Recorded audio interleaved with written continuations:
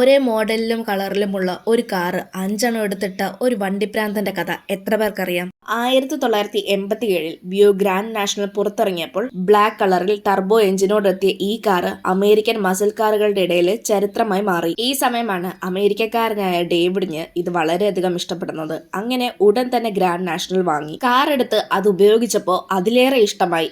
എന്നാൽ ഈ കാറ് ഒറ്റൊരെണ്ണം മതിയാകില്ലെന്നുള്ള ധാരണയിലായിരുന്നു അദ്ദേഹം. പിന്നീട് അടുത്ത വർഷം തന്നെ അദ്ദേഹം മറ്റൊരു ഗ്രാൻഡ് നാഷണൽ വാങ്ങി. പുതിയതായി എടുത്ത ഗ്രാൻഡ് നാഷണൽ കാറിനെ അദ്ദേഹം ഓടിക്കാതെ ഗ്യാരേജിൽ തന്നെ സൂക്ഷിച്ചു. എന്നാൽ ഒരു പ്രത്യേകത എന്തെന്നാൽ ഈ എടുത്തിരിക്കുന്ന കാറുകളെല്ലാം ഒരേ കളറും ഒരേ മോഡലും ആയിരുന്നു. പിന്നീട് 2 എന്നുള്ളത് 5 ആയി. ആ 5 കാറുകളിലും ഒരേ കളറും ഒരേ വർഷവും ഒരേ മോഡലിലും ഉള്ളതായിരുന്നു. ഇദ്ദേഹത്തിനോട് പലരും തനിക്ക് ഭ്രാന്താണോ എന്നുള്ള രീതിയിലും ചോദിച്ചിട്ടുണ്ട്. അയാൾക്ക് അതൊരു ഭ്രാന്ത് തന്നെയായിരുന്നു.